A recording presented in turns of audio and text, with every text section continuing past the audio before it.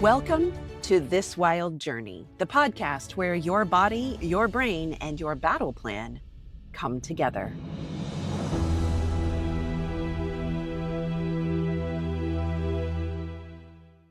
If you're reeling from betrayal trauma, drowning in the chaos of divorce or custody court, feeling overwhelmed by post-trauma parenting, you are in the right place. We're here to untangle hard truths that bring clarity and courage so you can reclaim your power, protect your peace, and resolve trauma without reliving it. Let's get to work. This wild journey is where the truth gets a chance to burn through the brain fog. It's where hope rises up from the ashes of betrayal and post-separation abuse. It's where survivors like you become the architects of their own freedom stories. I'm your host, Sarah McDugal, and I'm hosting solo today. Coach Bren couldn't be with us this week, but I can't wait until she's back and we're able to do more of our family movie night episodes. I'm saving those to do together with her. But today's episode comes straight from the heart of a recent session inside my Freedom Navigator BASECAMP strategy coaching group, where protective parents gather to reclaim their voice and rebuild their lives and become powerfully equipped to walk in truth and clarity. And this, what I'm about to share with you, isn't just more random information. It's about an entire mindset shift. It's about reframing the way that you look at the whole world around you. Because when you've spent years, maybe even decades, living on high alert in hypervigilance, when your nervous system has been conditioned to protect and to predict and to always be on edge to prevent catastrophe, then the idea that you don't have to control every single outcome and manage all the outcomes, that can feel emotionally jarring, completely foreign. But I want to challenge you with something today. What if your greatest act of courage is actually letting go of the illusion of control and anchoring yourself in who you are becoming? In this episode, I was sharing inside my inner circle support group where we were unpacking why your identity matters more than your outcomes and how anchoring into God's presence, not just perfect performance, can actually carry you through the storm. So whether you're neck deep in family court or you're exhausted by nonstop high conflict co-parenting, or you're just bone tired of holding it all together, take a deep breath. This one's for you. Let's listen to You Are Becoming. Victims of abuse have lived in survival mode, in hypervigilance, in fear, in oppression, where the expectation has been that it is your job to control and manage everything around you in order to make it possible for the abuser to never need to control themselves. You have been expected to manage them and their environment so that they never have to manage themselves. This is a profound identity and daily mindset shift. It takes time and consistently reminding yourself and coming back to this, like, oh, whoa, wait a second. You cannot manage the outcome. You can only manage the things that you can control. And shifting from I can control actions and environments to I can control my identity. I can control the way I think. So having anchor points that we can keep coming back to that are identity based, that fearless, free, and uncontrollable, and recognizing that tiny habits create identities, and identity change creates major life change, right? Not I run, when I'm not tired, when it's not raining, when it's not cold, and when I have time. But I am a runner. This is my identity. That shift is profound in how it plays out for you overall. Application of it takes a lot of time to develop, and the ideas of anchors and letting go of the outcome. It is reprogramming your brain. And I want to be really clear about this. When you have spent the last 20, 30, even 40 years living as someone who is responsible for outcomes in order for other people to not have to manage themselves, the idea of only managing me and not even my own outcomes, just my identity, my own integrity, that is a massive focus shift. It is a huge life shift. And it will take time for that to become your baseline instead of something that you have to consciously stop and reach for over and over again. The whole concept of coming back to letting go of the outcome is a huge anchor. How do we anchor into God? So we have that stake in the ground, that pivot point, everything being anchored in God when we see things that are playing out and this is not how we wanted them to play out. So I'm very allergic to black and white closed answers. And I will almost always come back around to a philosophical concept or a baseline that is a springboard to build autonomy over the actions that are based on the answer.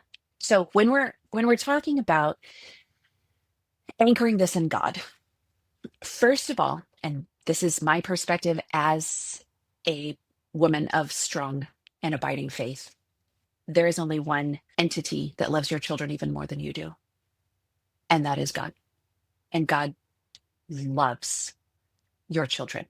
I also believe that God created free will and extended that free will to us. And because we live in a world of sin, we and our children are unfortunately guaranteed to experience the collateral damage of living in a world of sin.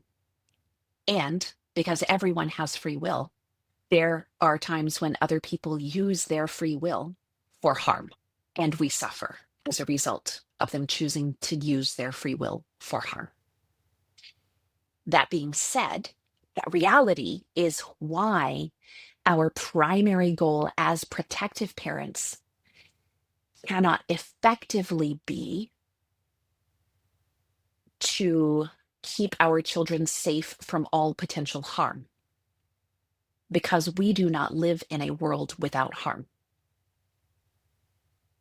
For that matter, let's dial that back from the harm potentially enacted by the other parent or the other parent's family members.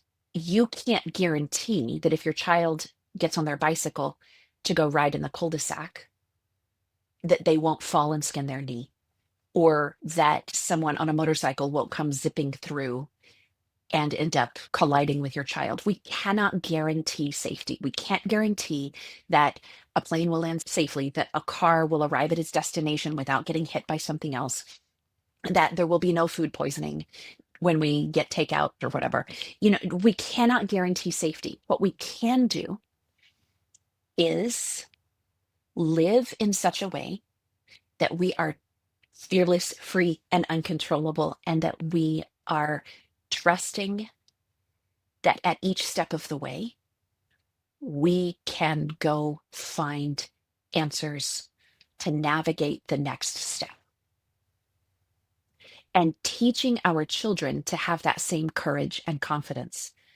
When you are facing something that you don't know how to resolve, you can know how to go get answers. That is a life skill that transcends the protective parent journey while they are minors. Also, giving them skills for how to recognize tricky people, how to navigate when others are deceptive and unsafe, how to stand rooted and grounded on what they know to be true. For them to live fearless, free, and uncontrollable is the greatest gift, because they are going to have toxic bosses, abusive or toxic friends in their social circle, a really nasty roommate in college, maybe an unhealthy dating relationship at some point. They're going to have to navigate these things. Our role is to give them these tools now, and doing so comes back to that anchoring in God and in our faith. So giving yourself that anchor and helping your children understand you can't manage other people, you can't manage the outcomes, you can't guarantee a specific end for anything that you start. What really matters is who you are in the process. What is your identity? How do you interact with others with a platform of integrity? And who are you becoming? What is this changing you into? Is it changing into a better, stronger, wiser, more courageous person of truth, or an angrier, harder, more vindictive, more explosive, dysregulated person? It's about the trajectory. And I'm going to go back to this. It's very much a mindset shift for those who were raised in high control theological environments, because when you have that theological background, we tend to have been taught that things are either right or wrong. You are either good or bad. You are either doing it right or failing utterly. And if we pull back from that and we say, I am becoming, and I trip and fall, and I get up and I continue trekking in this wilderness, I am becoming. I am becoming more fearless. I am becoming more free and rooted in truth. I am becoming increasingly uncontrollable where I have no price. It is in that becoming, my integrity and my determination to stay true to the identity of the person God is calling me to be, is not for sale. The anchor verse is Hebrews 6:19, which states, we have this hope as an anchor for our soul, firm and secure. In that anchoring, I can tell you what has been most helpful for me, and that is anchoring in the fact that God will carry me through. The storm may not be removed, but he will carry me through. Other people may continue to do evil things, but he will carry me through. He has carried me through to now, and he does not force other people to do good any more than I can force other people to do good. But he will carry me through when I am trusting him to do so. Now, can I give you a word picture, which I have shared at different times before? I find that having a mental visual helps us to just latch on to things in a really powerful way. So the word picture is from when I was drowning in my own custody battle in very early years. And I felt completely overwhelmed. I knew I was this close to losing my kids, losing custody, or just having them taken away. I was living in terror all the time. I was not fearless. I was not free. And I woke up one morning around 4 a.m. and checked my messages. And one of my dear friends had messaged me, and it started out, please don't think I'm weird. She's like, this is really bizarre. I don't usually send people messages like this. Please don't think I'm weird. But I had a dream about you. I'm like, oh, okay. And she says, I just feel like you need to hear it. And she went on to describe how I was in the edge of the surf and I was underwater and tossing and turning and being tumbled around in the surf, bumped up against the reef and the rocks and not able to find my way up, dying, drowning. And God reached down and he pulled me up to the surface and let me catch my breaths. And then he handed me a life ring and pulled my arms through the life ring so that I could stay above water. The waves are still there. The storm is still there. The rain is still beating down. The water is still roiling and tumbling underneath the surface. The storm has not eased, but I'm above water and I can breathe. And he lets me rest and catch my breath, although I'm still being tossed and turned in all of the waves. Water's still crashing over my head, but at least the life ring, is keeping me where I can access oxygen. And as time goes on, God trades my life ring for a surfboard. And he picks me up and puts me on the surfboard. And he begins teaching me to surf. And as time passes, I learn to surf. The rain still beats down. The waves are still crashing. The thunder is still there. The storm has not changed. But the power of the water that was once drowning me is now propelling me forward with my surfboard. The storm is still there, but I'm no longer a victim of the storm. The weather hasn't changed. I've changed. And I sat and cried as I read that, and it hit me in the gut and the feels and all of the things. And I have never forgotten it. It's been years. And there are still times when I feel completely overwhelmed with whatever it is that's going on. And I remember, no. I don't have to stay under the water, under the surf. I know how to surf. I have a surfboard and I have the skill. I can surf. And sometimes the storm eases and sometimes it doesn't. But we can be different. Now, I know this is all very philosophical and not like, here's a step, 1, 2, 3. But sometimes it is really helpful to hear a big picture worldview that changes the mindset instead of just having the baby steps. You may not be able to control the storm, but you can learn to surf it.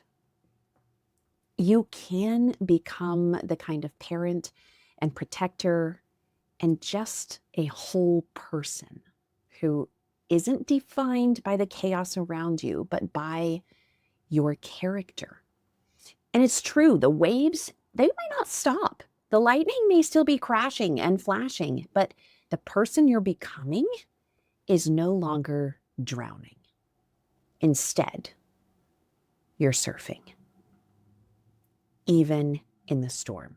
So here's the question, or maybe 2 or 3 questions.